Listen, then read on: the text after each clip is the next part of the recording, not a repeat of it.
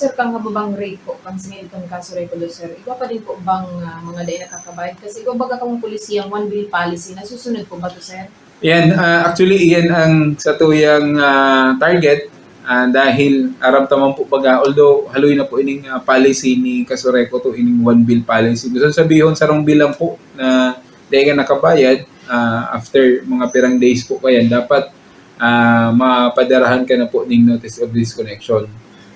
Kaya yun po yan ang target mo yan, and ang kasimbagan po duman sa tuyang pangapudan na ang iba po talaga dahil po nakakabayad on time, minsan nagkakaigwa pa po ng mga arrearages.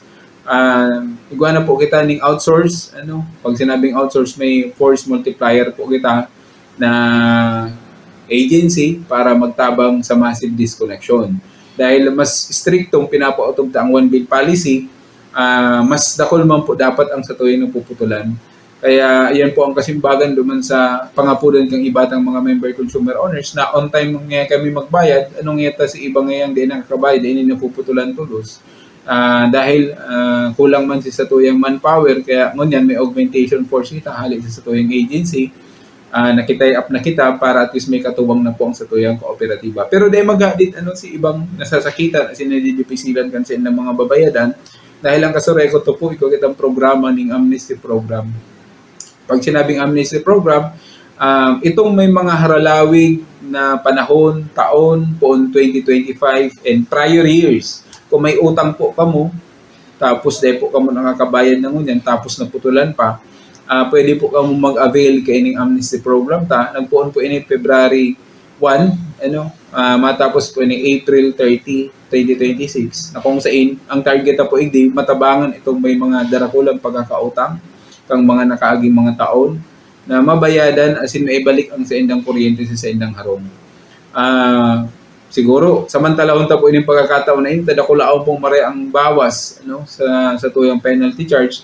Kung kaya pong bayadan 100% ang sa tuyang babayadan sa kuryente, 100% man po si mahali duman sa penalty charge, as in zero penalty na.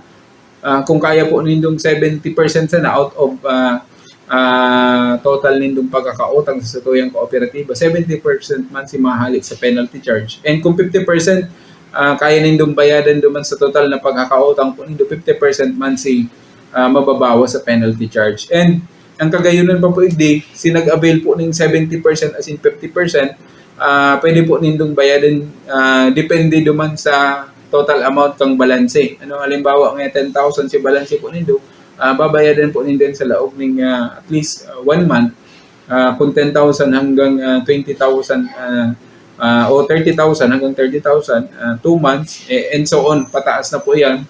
Ang importante po hindi maibalik na si kuryente sa indong harong. Kung naputulan po kamo, may additional lang kitang reconnection fee na 150 pesos. Automatic pong pwede tanang maibalik ang kuryente sa indong harong. Ano po? Ang pinaka-purpose na talaga hindi matabangan itong mga di nakakabayad, as in, minsan nag-engage pa sa mga illegal connection. Nadidipisilan dahil halangkaw po si interest. Si interest po ang target ay hindi mapababa, as in mapagyanan po si sato yung mga member consumer owners na di na po nakakabayad. May ibang maraot na epekto ni sir sa Kasureko dos? Actually po, kung data po kay gigibuhon ining mga programang araw kay ining amnesty program, mas nagdadakol po ang problema. Inot na inot si ibang depo nakakabayad dahil halangkaw na po si interest, nagpaparadakula, mas natitentaran sinda mag-illegal connection na lang. Mas nalangkaw po lagod si sa tuyang system laws. Kaya pinagmauota na matabangan sinda, as in mamantinir naman itong hababang system laws. Dahil the more po kaya nagdadakol si mga daing nakakabayad, mas nagkakaigwa ng dakulang pagkakataon na mag-engage duman sa pag-direct tapping o flying connection. Maski po itong ang nangyayari po kay ngunan, si kataid na harong naputulan tapos makiki-extension duman sa kataid na may kuryente pa. Ang nangyayari, konsideradong flying connection na po ito, may violation na sa Republic Act 7832. And ang masaklap igdi, si nakakabitan na harong, ang nangyayari lugod, nagdadakula man si utang dahil minsan nagkakaigwa ng problema duman sa barangaan kang babayadan. which is nadagdag, sige lang dagdag kay itong mga di nakakabayad, as in, natitintara na po mag-illegal connection.